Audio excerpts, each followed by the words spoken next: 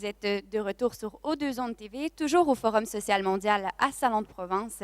Nous allons maintenant aborder le thème des enjeux environnementaux et pour ce faire, je suis en présence de Frédéric Serre, qui est un citoyen, et puis nous avons également la présence de Rémi Carodano, qui est président du collectif Vigilance Gaz de schiste et charbon à Gardanne, c'est bien ça, et dans le pays d'Aix, voilà. Je vais d'abord commencer avec M. Serre.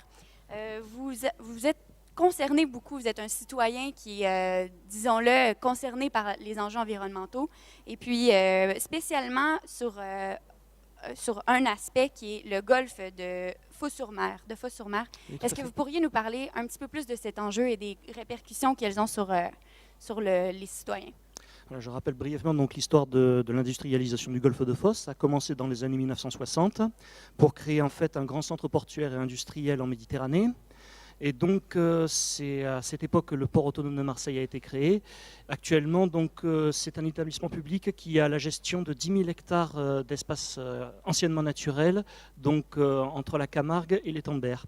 Aujourd'hui, nous devons constater que c'est autour du golfe de Fos qu'on respire l'air le plus pollué de France, que ce soit par les quantités de polluants présents ou même par leur diversité. Il faut savoir qu'il se trouve là-bas une diversité industrielle qu'on ne trouve nulle part ailleurs en France, regroupant pétrochimie, raffinage pétrolier, sidérurgie, incinération de déchets ménagers, plus des terminaux méthaniers.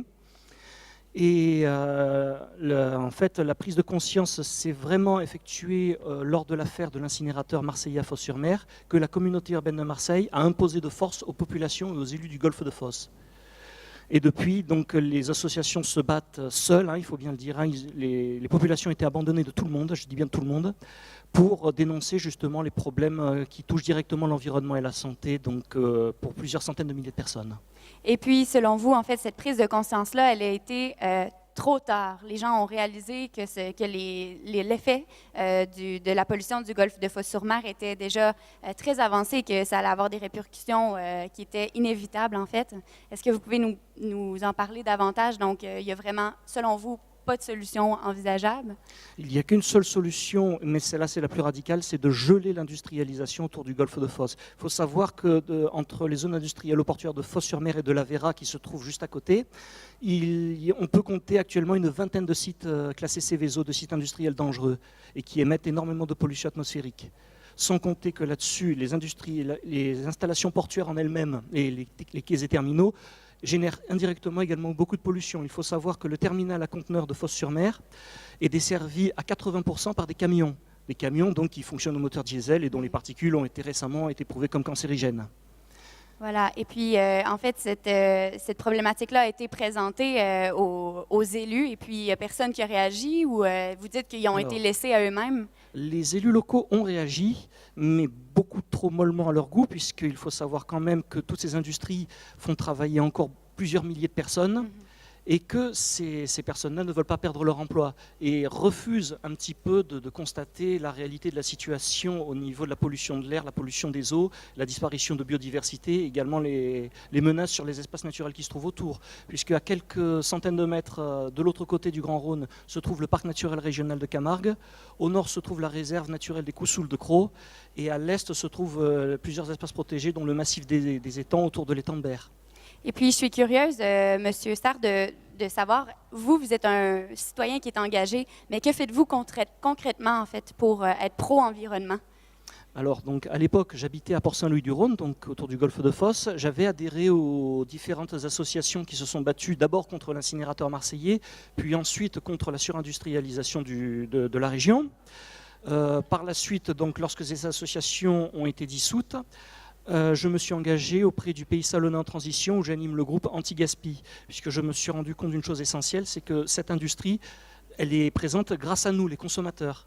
C'est en révisant nos modes de consommation qu'on peut, on va dire, enrayer cette dérive industrielle. Et voilà, donc ce serait le message que vous voudriez peut-être passer aux autres citoyens à ce moment-là? Ce sont précisément nos actes de consommation qui détermineront la société de demain. Oui, je vous remercie beaucoup de votre intervention. Je vous remercie. Donc maintenant, je laisse la parole à Sabrina et à M. Carodano. Voilà. Oui, bonjour, Bonjour. Rémi Carodano. Donc, comme le disait tout à l'heure Sarah Jeanne, vous êtes président du collectif Vigilance Gaz de schiste Gardanne, pays d'Aix. Alors aujourd'hui, quel est le constat qu'on peut faire, Monsieur Carodano, au niveau des gaz de schiste dans la région? On en est où? Et surtout, au niveau du collectif, de quelle façon est-ce que vous agissez? Le constat, il est très amer parce que l'inquiétude vient à la fois au niveau national et international. Je vais commencer par l'international parce que comme il y a des amis du pays du Maghreb, et leur dire que la chose la plus grave qui se passe aujourd'hui, c'est dans les pays du Maghreb.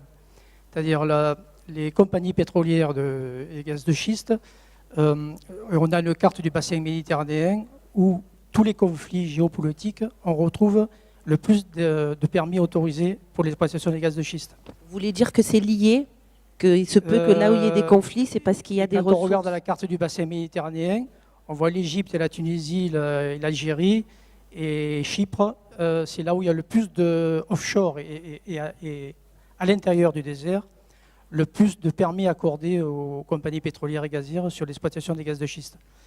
Et ce qui nous a le plus offusqué, c'est quand le président de la République est allé en Algérie et le monsieur Fabius a dit qu'on allait faire en Algérie ce qu'on n'a pas pu faire en France. On a refusé l'hydrofracturation, qui est une ressource énergétique qu'on exploite et qui est très éphémère, dévastatrice et corruptive. C'est une façon d'aller soudoyer les élus locaux et les propriétaires terriens qui sont dans la misère et de leur donner 10 000 ou 15 000 dollars pour 4 hectares en y implantant une trentaine ou une quarantaine de puits. Ça veut dire qu'il faut utiliser à peu près 15 000 mètres cubes d'eau par puits et dans le désert, ça fait un peu désordre quand même. Oui. Donc on est assez mécontents au niveau international. Et les Anglais et les Allemands ont voté pour l'exploitation des gaz de schiste. Il n'y aurait plus que la France qui serait opposée, donc c'est tout à notre honneur. Pour passer aux énergies renouvelables, on n'a pas besoin de gaz de schiste. Et ce qui nous a le plus inquiété, c'est le PDG de Total, qui est passé 3 fois sur France Inter en 15 jours. Je dis bien sur France Inter. Alors qu'il y a des collectifs opposés qui n'ont pas la parole. Et il a dit que si on ne le laissait pas exploiter les gaz de schiste, il passerait l'essence à 2 €. Ça veut dire que c'est une seule personne qui peut décider du choix énergétique de 65 millions de Français. Est-ce qu'on peut dire aujourd'hui que le fait qu'il n'y ait pas d'exploration pour les gaz de schiste en France, c'est grâce aux différents collectifs au niveau national qui ont fait pression? Absolument. Donc c'est grâce aux collectifs. Aux États-Unis, la loi est passée, c'est la société Halliburton, que le PDG était Dick Cheney, qui a fait passer une loi au gouvernement. La loi s'appelle le nom de la société qui fait l'hydrofracturation et qui a tous les pouvoirs, notamment de faire changer les lois. Cette loi est passée au Canada et on a voulu la faire passer en France en 2010. C'est M. Borloo qui a signé, enfin c'est pas lui qui a signé, c'est le parapheur. C'est-à-dire c'est un chef de cabinet qui a signé 64 permis sans enquête publique et sans informer les citoyens ni les élus locaux. Donc on est presque dans l'illégalité quand on sait que la première ministre ukrainienne a été condamnée à 7 ans de prison pour avoir signé un contrat avec Gazprom sans autorisation du Parlement. Est-ce que dans le collectif, ça vous arrive d'interpeller, oui, certainement, je l'imagine, d'interpeller directement les politiques pour dire, voilà, les populations sont opposées à tel projet, on n'en veut pas. Est-ce que vous faites comme ça le porte-voix des populations directement auprès des politiques? Et est-ce qu'il y a des politiques qui vous soutiennent? On a envoyé un dossier à Mme Delphine Batho, qui est ministre de l'écologie et du développement durable. Notre dossier du permis de Gardanne est composé 140 pages. Elle nous a écrit une lettre qui est très cistercienne, hein, dépouillée de tout, sur 3 phrases en disant « Nous avons pris en compte vos revendications, mais le permis de Gardanne a été renouvelé. » Et ça s'arrête là. Donc on n'a aucun moyen de pression auprès des élus. Et ce qui nous inquiète le plus, c'est le silence et l'indifférence. Donc, et les collectifs, maintenant, commencent un petit peu à s'énerver.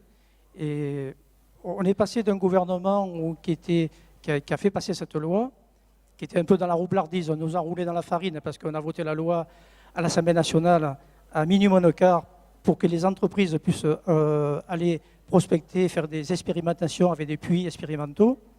Et cette loi est passée à minimum quart. Et le lendemain, il y avait déjà des permis qui étaient déjà demandés. Donc, c'est-à-dire dire c'était pire que les États-Unis et le Canada.